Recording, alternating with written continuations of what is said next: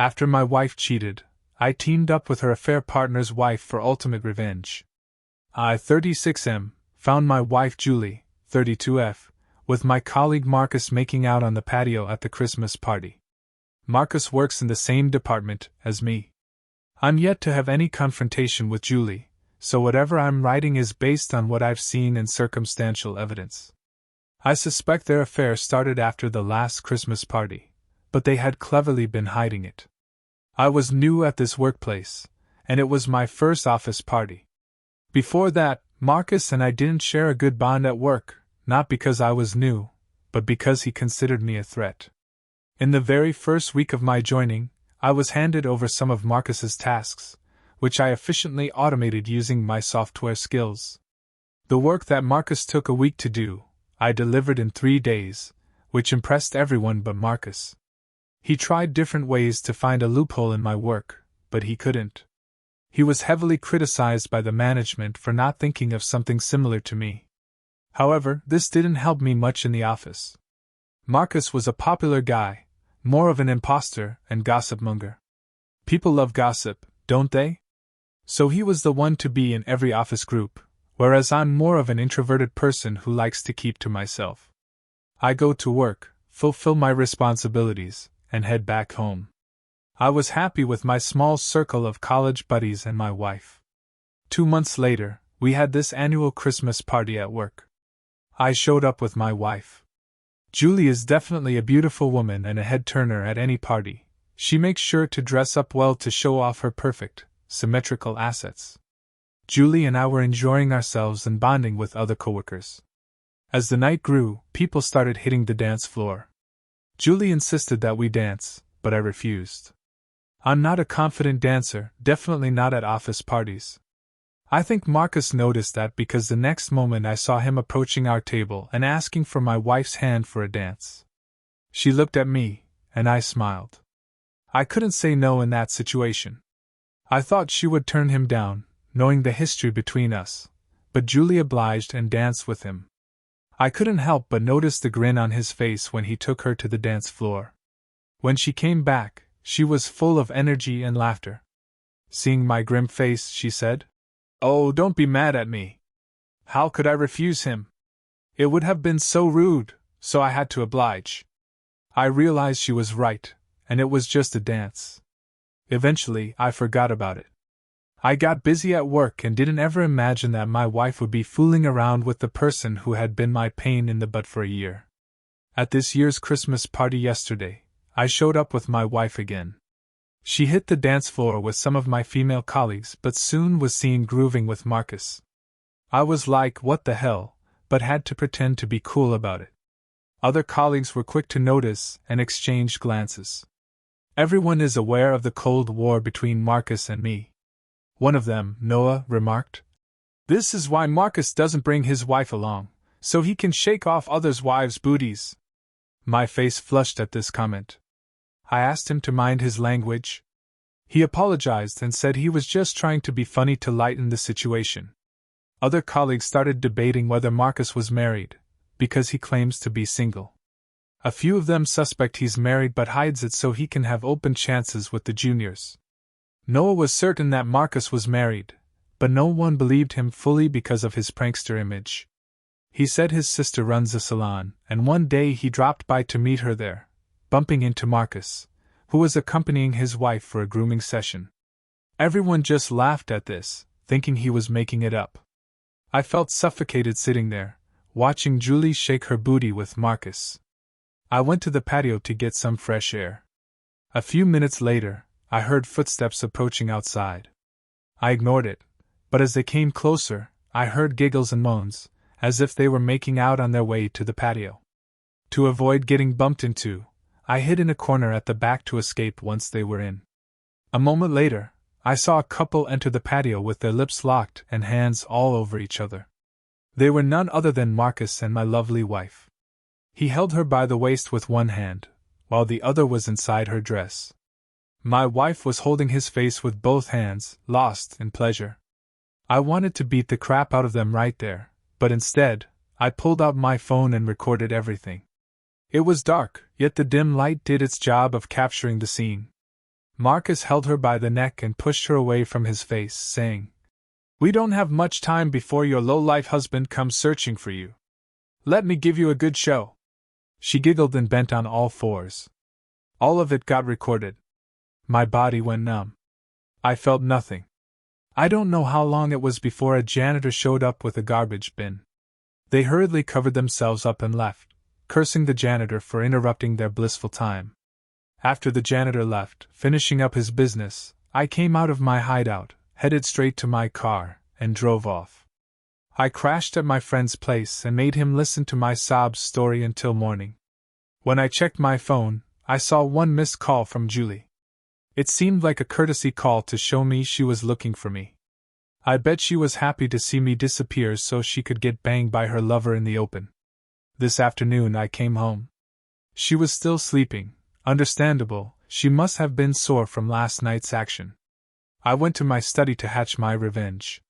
Her cheating on me is hurtful, but sleeping with the man who has made my life miserable makes it even more outrageous. Right now, I'm scavenging for Marcus's wife. I'm going to find her and send her the videos of his cheating. All of Marcus's social media accounts are private. I can't see his friends list. I don't even know her name. In fact, I don't even know if she exists. If you guys have any tricks for finding a stranger on social media, please help me out. I would appreciate any help on that front. Thanks. The holiday season, a time for festive cheer, office parties, and apparently scandalous rendezvous on the patio. Your colleague Marcus sure knows how to turn up the heat at the Christmas bash, doesn't he? Yikes.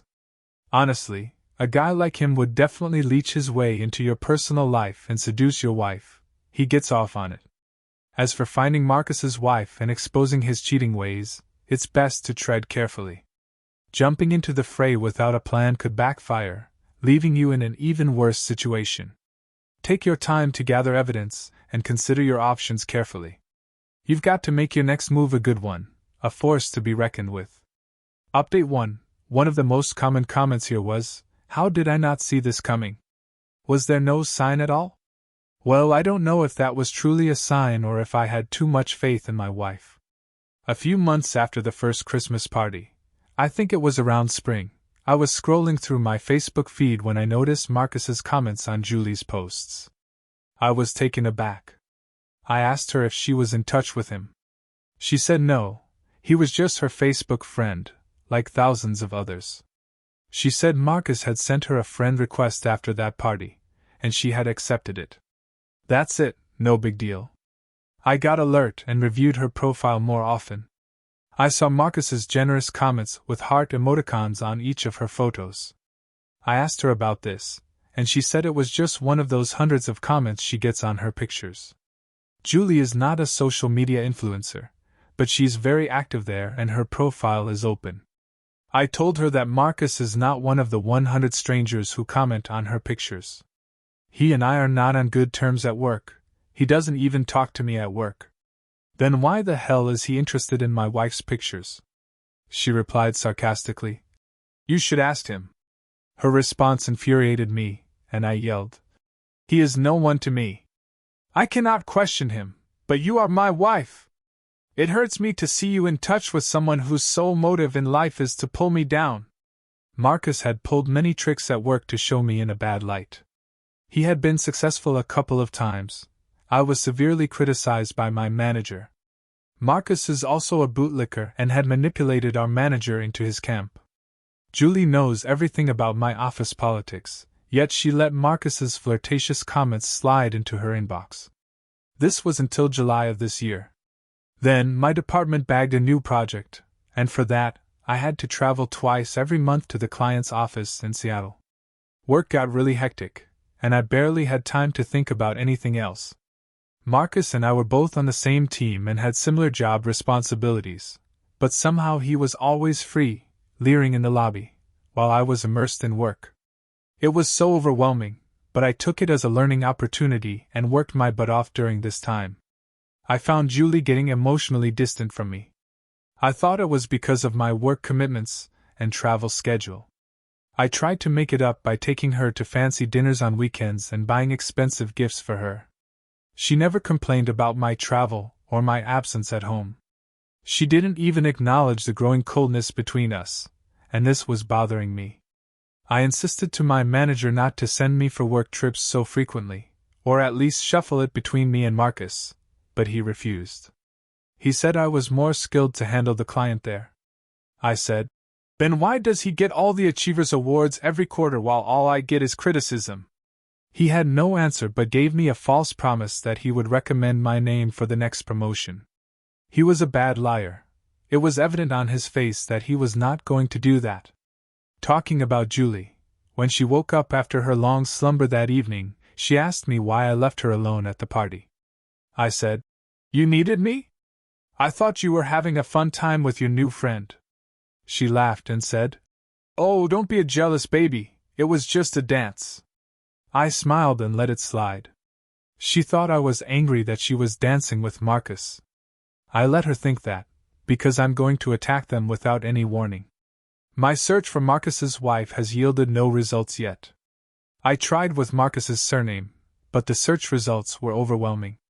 I'm thinking about fishing out Marcus's address from the company's database and heading to his home. I find no other option than this. Any better suggestion than this is most welcome. Isn't a friend request basically like second base nowadays? It seems Marcus is not only a master manipulator at work but also a social media seducer extraordinaire. Heart emojis? Really, Marcus? Are we in middle school? And it was just a dance. Ah, yes, the old dance floor diplomacy maneuver. Because nothing says innocent like getting down with your office nemesis while your spouse watches from the sidelines. That's a low blow. If she wanted to lay low and not raise any eyebrows, that's not how you do it. Update 2. As some of you mentioned, it is next to impossible to find someone without a name or handle on social media. I was almost certain to go to his house and find his wife, but then my friend reminded me about my colleague Noah. I felt he knew about Marcus's wife and could help me out here. Though he's a big-mouthed person and I'm not very fond of him, I needed his help. The next day, when I went to work, I casually got into a conversation with him and asked if he knew about Marcus's wife. He smirked and said, "I knew you would ask about her, especially after last night's twerking." Yeah, that's how he is, an annoying piece of crap. I wanted to ask him about her name but didn't have the courage to do so. Maybe he sensed the desperation and helplessness on my face and asked, "Do you want to know her name or contact?" I immediately blurted it out in excitement. "Please." He told me her name, and said that he would ask his sister for her number. I searched with her name across all social media platforms and found her on Twitter. I told Noah that the number was not required. As per her Twitter bio, she was working in a management position at one of the leading global organizations. I texted her, saying I needed to talk to her about something very important regarding her husband. She responded with her number and asked me to call. Her response gave me the vibe of a confident and poignant woman. I called her and introduced myself. I told her subtly that her husband and my wife were up to something, and I had the video of them together. She asked me if I could meet her after work. I said sure. When I went to meet her, I was mesmerized by her aura. She's definitely a woman of value and wit. I wondered how any man could cheat on such beauty with brains. That's right, only a fool like Marcus would. I narrated the details and showed her the video. Tears welled up in her eyes, but she remained composed. She was shocked to know that the office party had an invitation for spouses because Marcus told her that spouses were not invited. I asked her if she had never doubted him. She said she had caught him twice texting some random woman on social media, but it wasn't severe, so she forgave him. I told her that Marcus claims to be single and has this reputation as an F-boy at work, and has been associated with many junior colleagues. She cursed at the top of her voice. She had been holding herself until then. She said, "That son of a bee needs to be taught a lesson. Do you have any plans in mind?" I said, "No, not right now, but I'm definitely going to make them pay for all the humiliation." She said, "Let's do it together. Now we are in on this together, planning our revenge." We've come up with some very amusing ways to ruin Julie and Marcus. We'll update the thread after the final nail in the coffin. Update 3. Hold your seatbelt, this is going to be wild. Julie and Marcus have been served with hot, piping revenge. Sandra, 33F, and I came up with the following revenge plan. We turned blind eyes to their affair. Though we knew they were lying about the sleepovers with friends, we let it slide. We both pretended to be so busy with our work that we didn't give a damn. Julie and I co-owned the house. I made an updated document where Julie made me the sole owner of the house and got her to sign it, not forcefully, but tactically. She was once heading out to meet her affair partner, lying that she was going shopping with friends. I deliberately blocked the restroom wardrobe and made her run late. When she was about to leave, I asked her to sign an insurance renewal document. It wasn't suspicious because I pay for all her insurance. She just signs it and gets it done. Between those papers, I slipped in the house ownership document. She signed all of them without seeing them. Sandra emptied all the money from their joint bank account, borrowed Marcus's car, and sold it off to a rookie. The house in which Sandra lived was hers, which she secretly leased out to a new tenant and got a restraining order against Marcus on that property. I blocked all the cards on which Julie was surviving. Numbers 3, 4, and 5 were carried out toward the tail end of the revenge plan, just before ghosting them. Sandra bought a 5-day couple's holiday to Florida as a birthday gift for Marcus. But a day before the trip, she lied that something had come up at work and she couldn't make it. Marcus quickly suggested that he could take the trip with his guy. Sandra agreed because it was a non-refundable package. During the same time, I lied to Julie that I was going on a 15-day work trip. I checked into a hotel during that period. She called me and said she was going to her school friend's wedding in Vegas. I asked her which friend this was that I didn't know of. She said they had not been in touch for so long but suddenly reconnected and Julie couldn't say no. I said, "Sure, have fun." She was feeding me lie after lie. Marcus and Julie went on that 5-day vacation to Florida which Sandra had bought. We used that time to execute our plans. Sandra emptied the joint account, sold his car, rented out her house, and got a restraining order against him. I blocked the cards that Julie had been using, packed up her stuff, and kept it in storage. The details would reach her through the mail, along with the updated property papers and a restraining order, after she returns. This would have been all if Marcus had left me alone at work, but no. He went behind my back. He proudly told his work buddies that he had been sleeping with my wife because I couldn't fulfill her needs. He made outrageous comments hinting at me. He even showed Julie's chats to his friends, where she expressed her desires for Marcus, and mocked me for only giving her vanilla sex, while Marcus gave her a thrilling time. He used to read out her chats loudly to humiliate me, without taking my name. I decided to use this against him and recorded everything. Some of the coworkers from Marcus's camp even approached me to humiliate me, saying that Marcus had taken my wife. I mailed all the details to the company's HR, demanding Marcus's termination on the grounds of mental harassment. I even threatened management that I would leak all the workplace harassment details on social media and other review platforms. This negative PR would cost the company a lot, and HR promised me that if the evidence proved Marcus was a bully, he would be terminated as soon as he came back from his 5-day leave. I have also submitted my resignation and asked for immediate release. I left a letter for Julie, which she would get after returning from the trip. It would give her closure. It consisted of more or less the same things I've mentioned in this update, with a little extra detail. I told her the truth about Marcus, that he is not single as he claimed, and that he has a wife who is now my girlfriend. Sandra and I connected over our betrayal and realized that we have so much in common. She's a smart and witty woman with a flourishing career, while my loser wife is a bum. She's never done a full-time job, and her part-time job seemed like a burden to her. She used to complain about it all the time. I'm amused to imagine her dilemma when she would have to work full-time because now she doesn't have me to provide for her, and her loser lover doesn't have a job either. Sandra slipped off with Marcus's credit card just as she was leaving for the trip. He would have found it missing after reaching Florida. The situation in Florida is going to be hilarious. Marcus has no cards, and I blocked Julie. Sandra also called the hotel to cancel the booking just before Marcus and Julie were about to arrive in Florida. She didn't get any refund, but who cares? We would give up anything to watch the fun these losers go through on their lust trip. Sandra and I have also decided not to divorce these losers because we don't want to waste any more money on them. If they want to get rid of us, they can pay for it, which looks highly unlikely now. We both have updated our wills and removed them from all of our assets. In case anything unforeseen happens to us, they won't get anything by default as our spouses. Sandra and I are moving to Seattle to start a fresh life.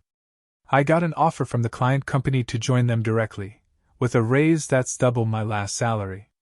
Sandra said she wanted to take a break from work and enjoy life for some time. She has enough savings to last for a couple of years without worry. Our belongings are already on the way to Seattle. By the time Marcus and Julie return, we'll be away on a month-long holiday to the Caribbean, basking in the sun. It's so much fun with Sandra, a woman who matches my intellect and curiosity. I feel so lively again. We're not seeing this as our forever, but we're enjoying our time together while it lasts. Oh, to be a fly on the wall when they realize their paradise vacation has turned into a comedy of errors. Honestly, I'm proud of myself. This is masterful. This is the superhero ending we all needed, where the losers get left in the dust while I ride off into the sunset, laughing all the way to the Caribbean with a bombshell of a lady. Nothing says soulmate quite like finding someone who's not just willing, but eager, to scorch the earth with you. Because let's face it, anyone can hold your hand through the good times, but it takes a special kind of partner to light the match. What do you make of all this? Have you found new love like this in the most unsuspecting of places? Thank you for joining us today. Be sure to like, subscribe, and hit the notification bell so you don't miss out on our next video. See you next time.